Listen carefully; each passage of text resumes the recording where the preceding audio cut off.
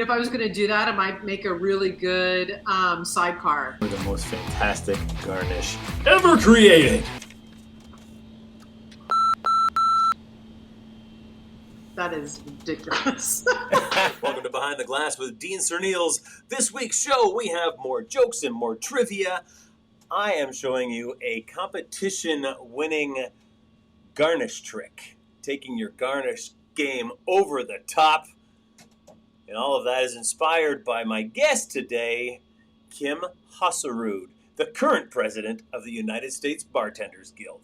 Fabulous show. Don't go away.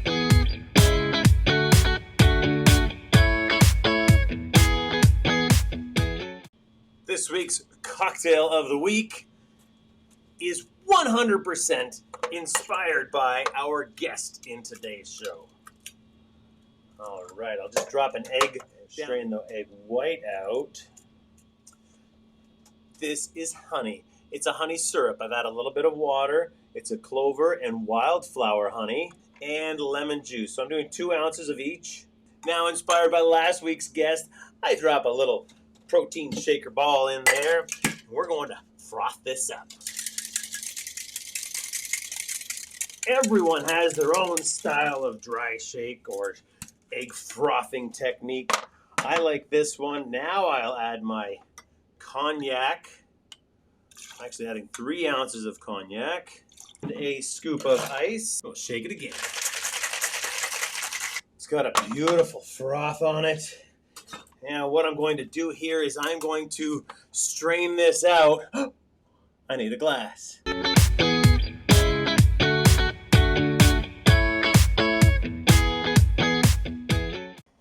Here is our bar glass of the week. Let's see if I can be successful and not ruin my creation here. Beautiful. And I did pour enough for 2. Here we go, another version of our trick of the week.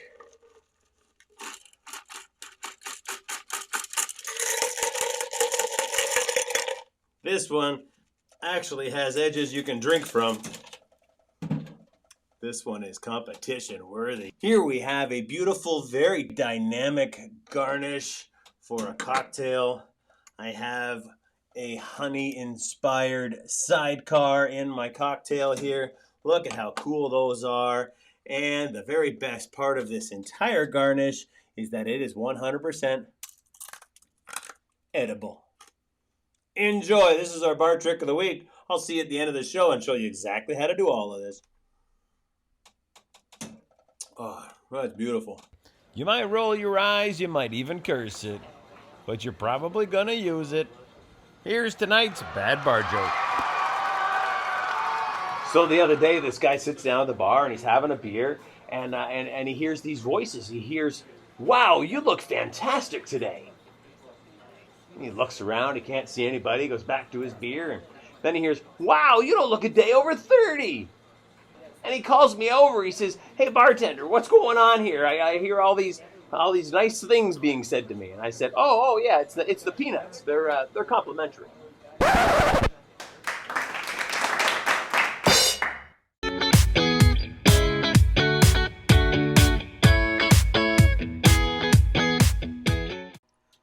As promised, superstar guest today, a leader in our industry. Ladies and gentlemen, this guest has been on the Iron Chef. She's been on the Today Show, CBS, Fox, Martha Stewart's Everyday Foods. She is the author of the 101 Cocktails series.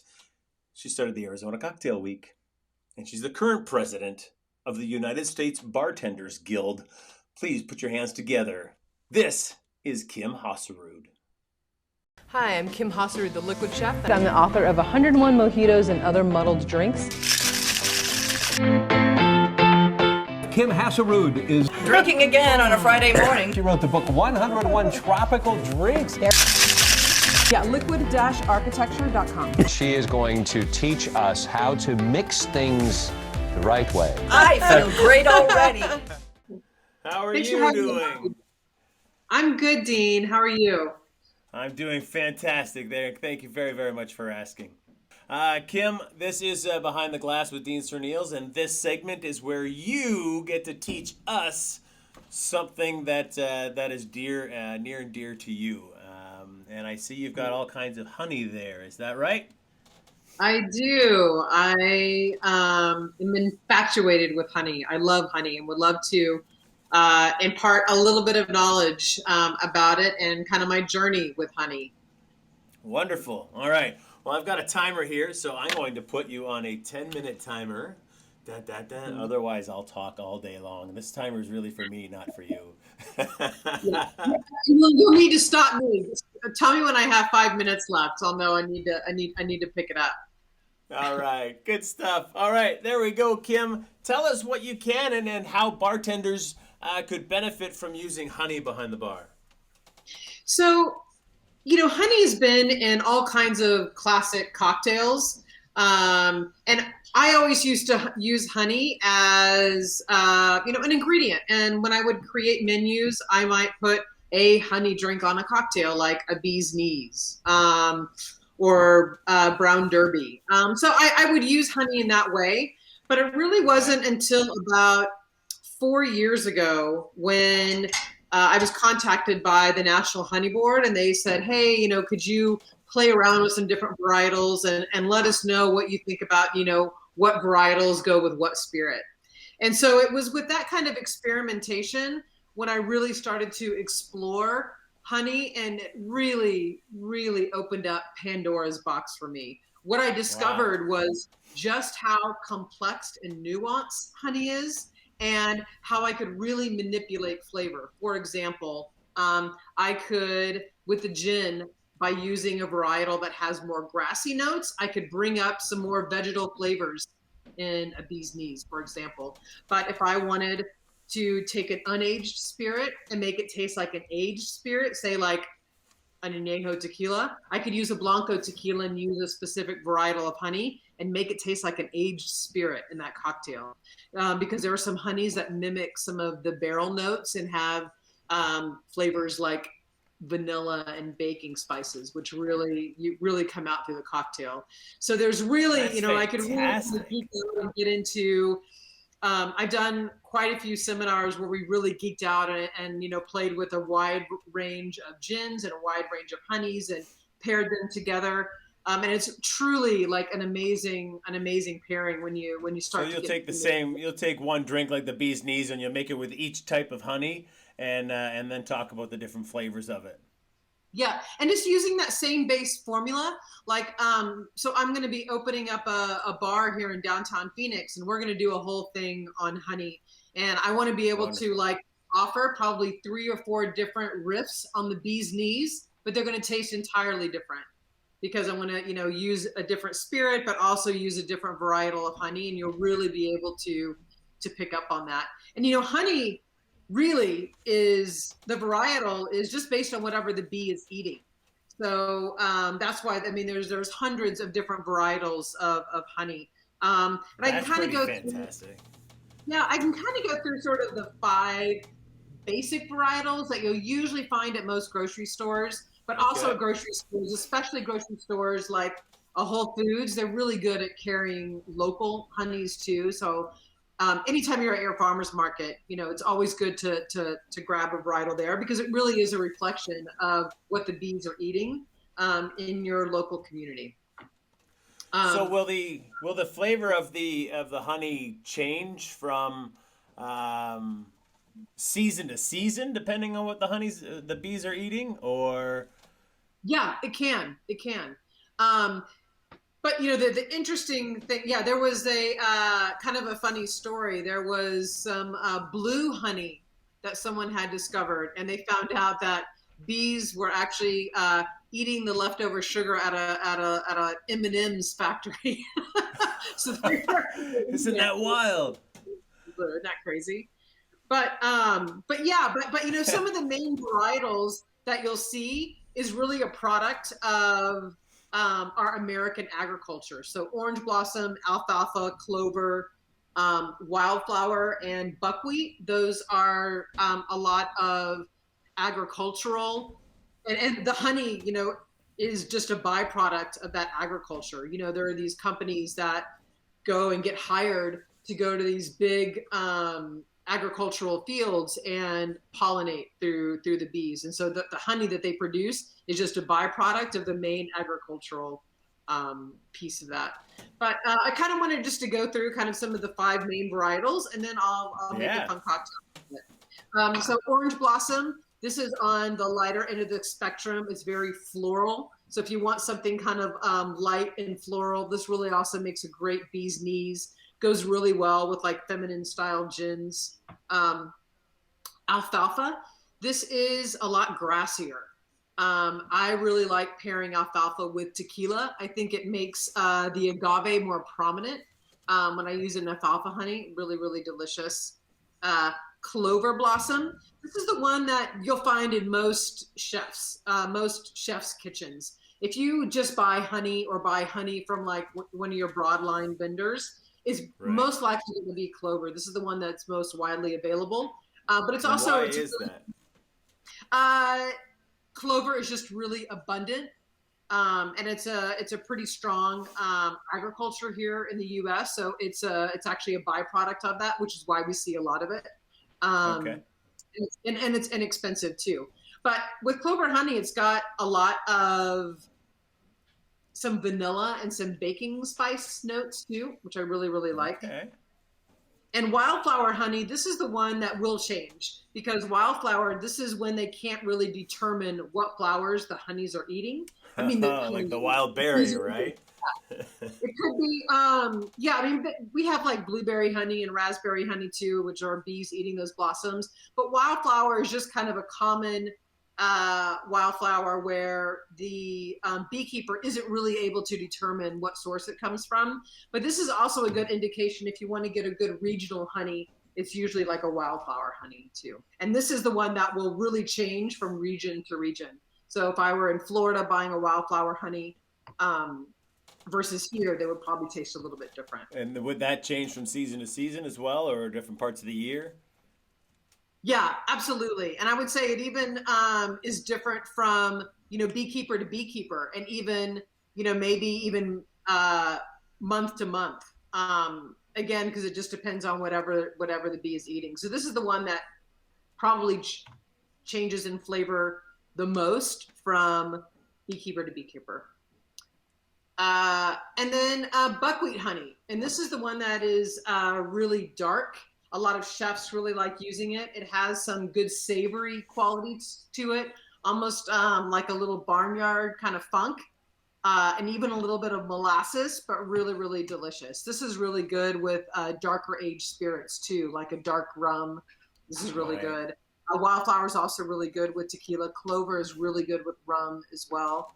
But there is, when you start really kind of playing around with the spirits and even the different ages within spirits and the botanicals used in some of these spirits and varietals of honey, it really just opens up like a whole cool world. Another great thing about honey too is that it plays in the sandbox with everything. So I can mix it with such a wide variety of different ingredients like guava or passion fruit or mango. Honey plays with all of those ingredients. So at your new bar, will that be dealer's choice, or how will the guest be able to choose which honey gets put into which drink?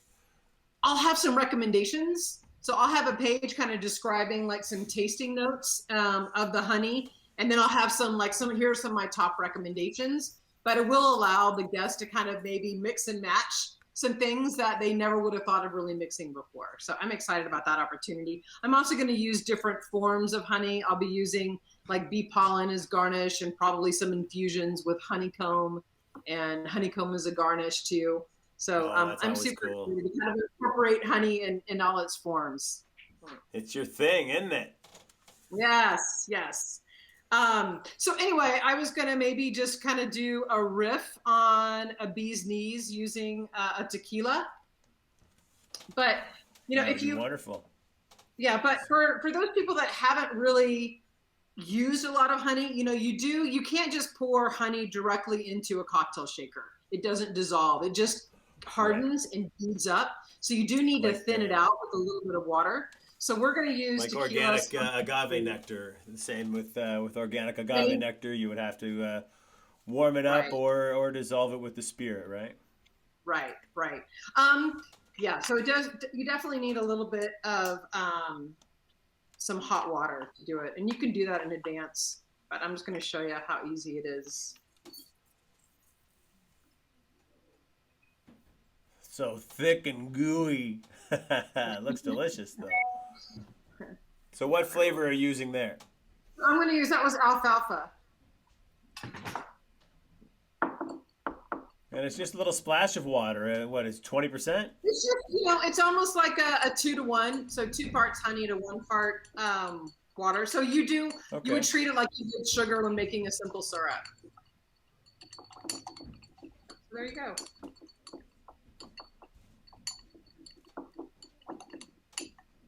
Very easy.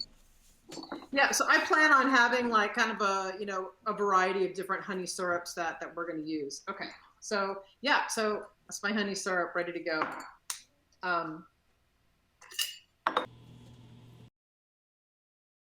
So I would do 1 part lemon juice, actually 2 parts lemon juice, and then I'm going to mix it up. I'm going to do 1 part of a honey syrup. I could do the full part, but I'm going to mix that up with a different flavor, and I'm going to use guava. The guava real. Yeah. So I did 1 ounce of lemon juice, and I did a 1/2 ounce of honey syrup, and I'm going to do a 1/2 ounce of the guava real. And this is a Casa Noble Reposado. Okay. Now, why Reposado over Anejo or Blanco?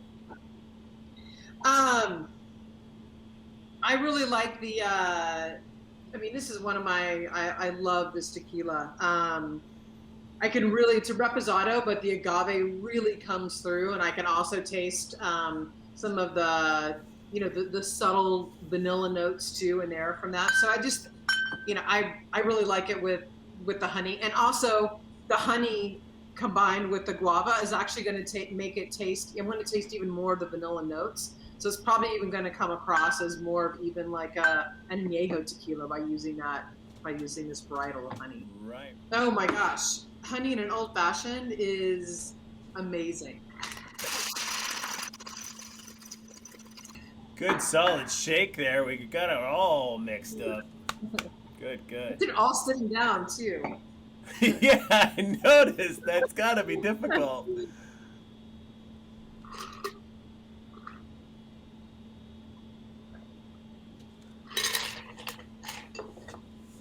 Oh, look at one thing. Hold on a second. Look at that. I've got some good honeycomb. Oh, that's wonderful. You are all set. This is a real passion project for you, isn't it?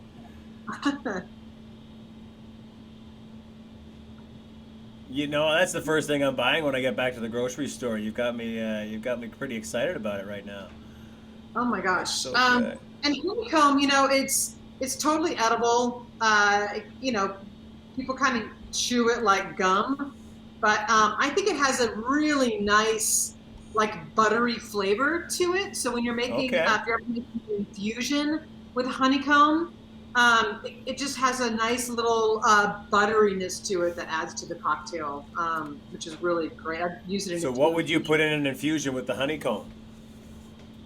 I do I make a lemon crackle infusion, which is with lemon peel, lemongrass, lemon verbena, honeycomb, and the honeycomb just adds a kind of a nice little bit of a buttery texture to it. But the infusion is used in a gin and tonic.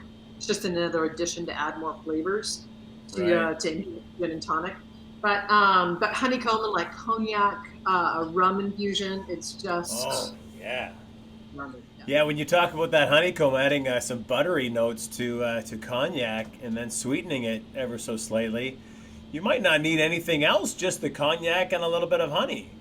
Yeah, that would work too, to do like a, if I was going to do that, I might make a really good sidecar. Okay. Yeah. With great. With honeycomb infused cognac. Yeah. Well, that's a great looking cocktail. Feel free to taste it. You can't just let it sit there.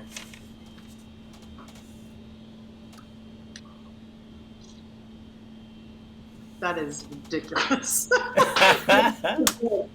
I mean, just with the tequila, and another great thing about this tequila too is it already kind of has some tropical flavors to it. It already has like notes of pineapple, so it goes really well with like the honey and the guava and the lemon. It just plays so well. Sounds like honey just kind of goes with so much, right?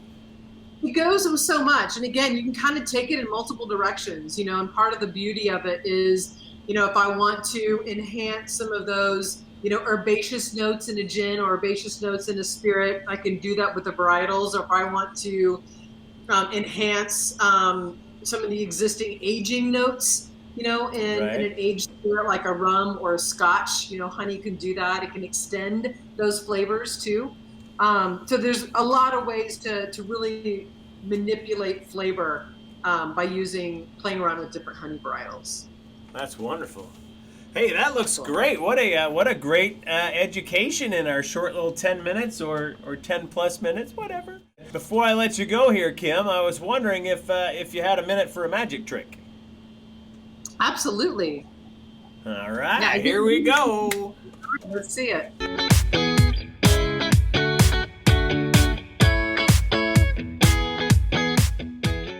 Kim, if you could pick a number between 1 and 5, I will shuffle the deck that many times.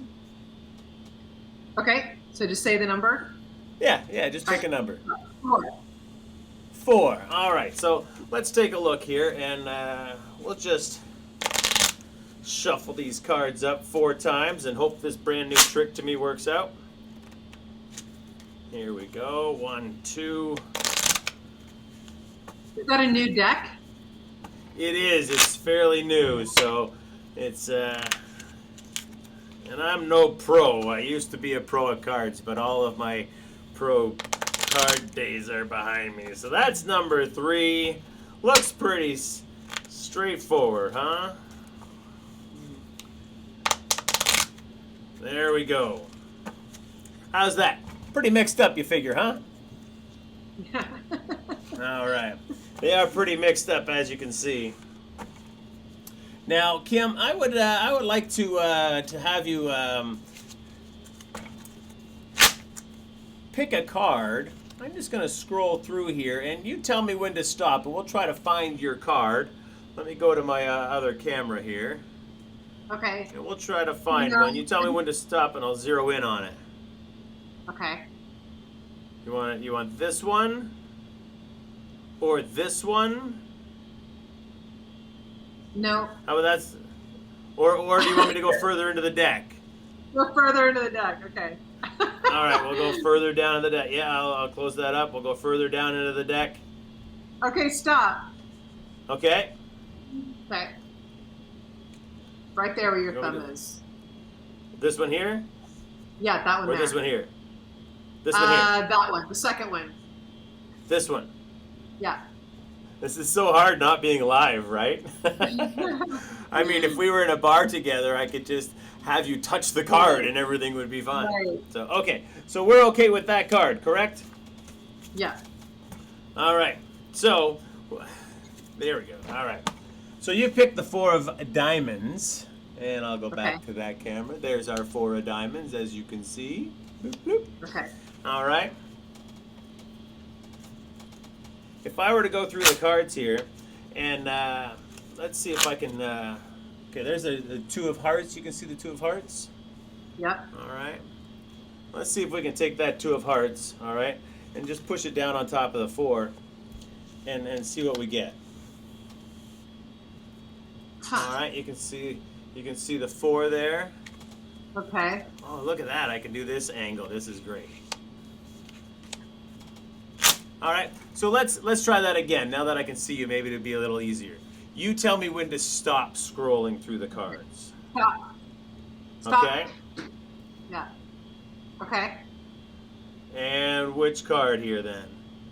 Let's do the one just to the left of your thumb. Just to the left of my thumb, this one here? Right there. Yeah. All right. Boom. The 9 of hearts. Is that correct? Obviously, it's correct. Okay. All right. So with the 9 of hearts, we've got the 4s. Would you like me to shuffle the deck at all?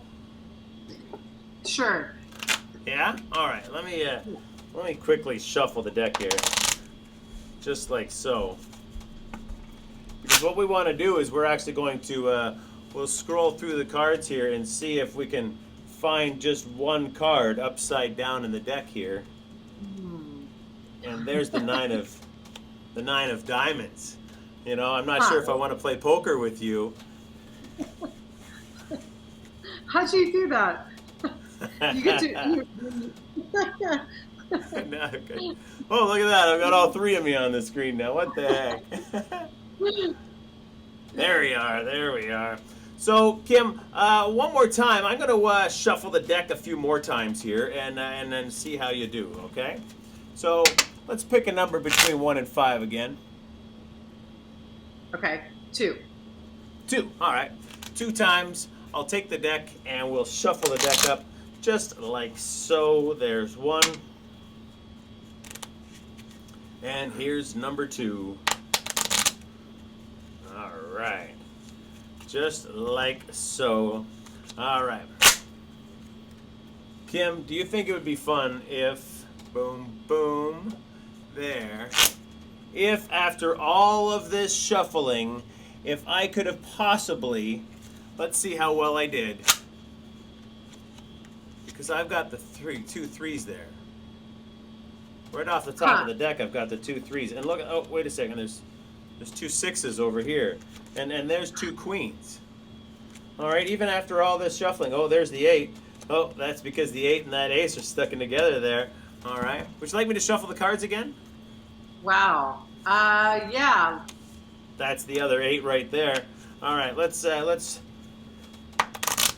shuffle the cards yet again.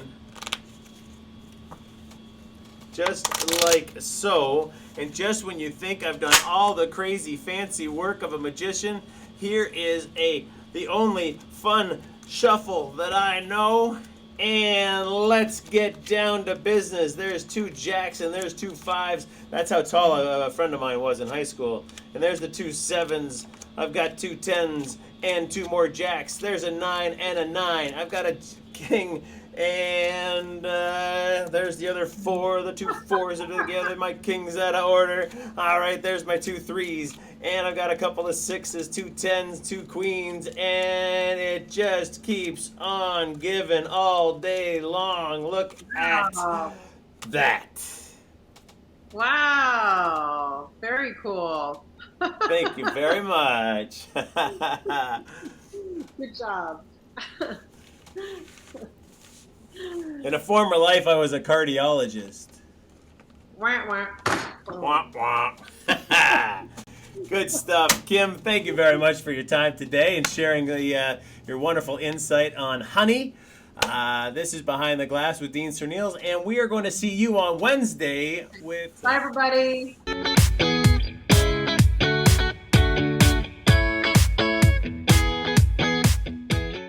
This video has been specifically edited down just for Behind the Glass. If you would like to see the entire Malt Sugar video that I've created, it will be posted on my YouTube channel a little bit later. Our trick of the day, how to take your garnish game up and over the top with the most dynamic garnish that I've ever created, that I've ever seen. I've only seen it a few times on Instagram and around social media. However, I want to show it to you today. I've been holding on to it for just the right episode, and this is the one. This is called Malt Sugar. Okay? These are isomalt crystals. I got them on Amazon. You can get them just about anywhere, I suppose. Maybe some cake shops and then wedding cake stores, that kind of thing. All right. These are little white sugar pellets. And I'm going to get these onto a stove.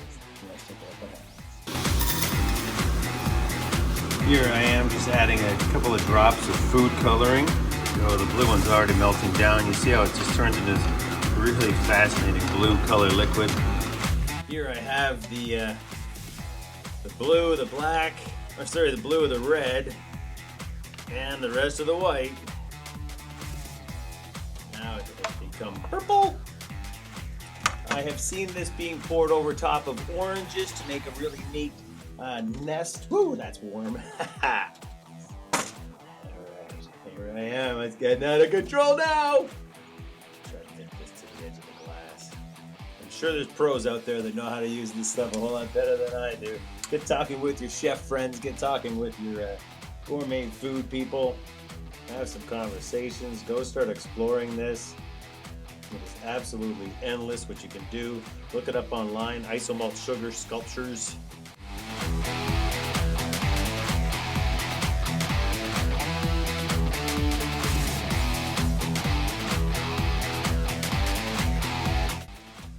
Now I need to let it cool so I can break off the ends of these without destroying the entire sculpture. How's that for the most fantastic garnish ever created? Malt Sugar crystals. Let's get making some cocktails.